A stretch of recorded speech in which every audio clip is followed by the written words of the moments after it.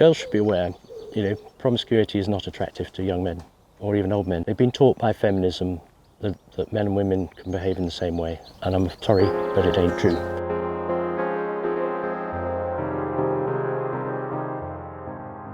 In Oxford, you obviously have the two universities, so you have a lot of young people. How are you planning to reach those young people? What, as a candidate? Yeah. Yes. Well, social media. Somebody came to me early in the campaign. He's a Reform supporter, and he is very deeply into the forums for Generation Z. Told me that there's a deep well of support for us, particularly amongst the young men. Why do you think young men are coming over to Reform? Well, I can tell you if you like. I mean, most of this is on TikTok. You just see you can find it very easily.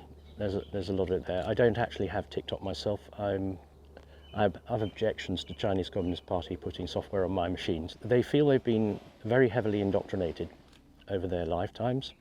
All this wokery.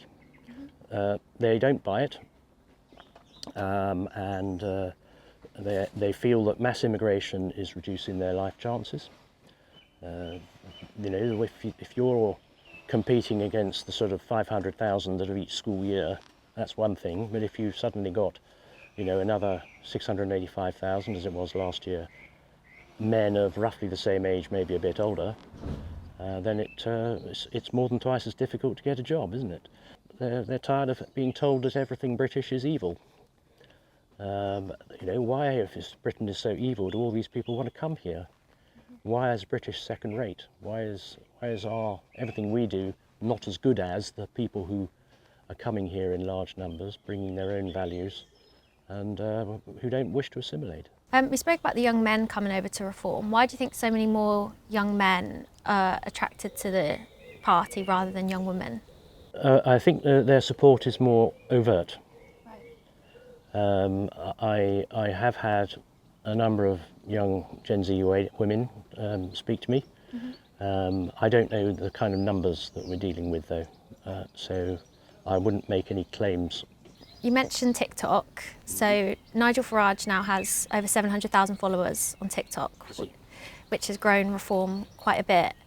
He's also said some quite controversial things. He's mentioned that Andrew Tate's an important voice for young men. Do you have any sort of opinion on that? I don't know much about Andrew Tate. He's not my role model. He's said some quite controversial things.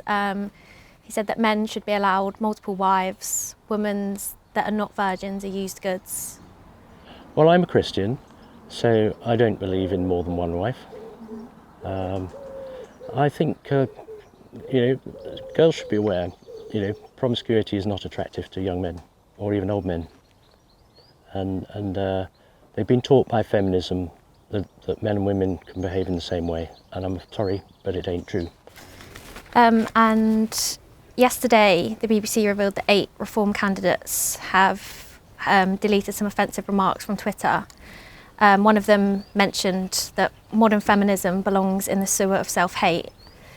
And comments like this from Reform, what do you make of them and how that's portraying the party? Well, first of all, I'm very fascinated that the BBC doesn't seem to be looking at Labour candidates, Liberal Democrat candidates and Conservative candidates. I don't support, great sweeping statements about feminism or whatever. I don't think they're helpful. We need to be a united country. We're far too busy tearing lumps out of each other and finding what we disagree on and what we agree on. And as a country, we'll be much better off if we're united and work together to make Britain a better place to live for everybody.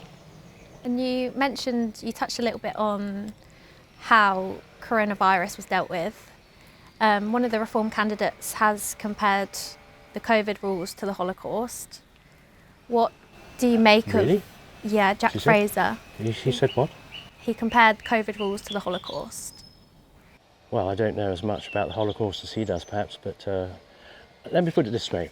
When I was a young naval officer, they train you just in case for all sorts of things. And one of the roles the Navy has is what's called military aid to the civil power. So should there be something that the non-uniformed services haven't got, emergency services haven't got the manpower to deal with, the Navy, the Army, the Air Force can be drafted in as extra manpower. So we get a basic training so that we understand what we're being told. Everything about the government's management in the pandemic was a complete opposite of everything they taught me about biological warfare. Climate change and the environment, they're on the top 5 things that Gen Z care about. Where do you stand on climate change, the environment, and what? Well, we've got a very strong opposition to no net zero. So whatever anybody thinks about climate change, net zero is the wrong answer.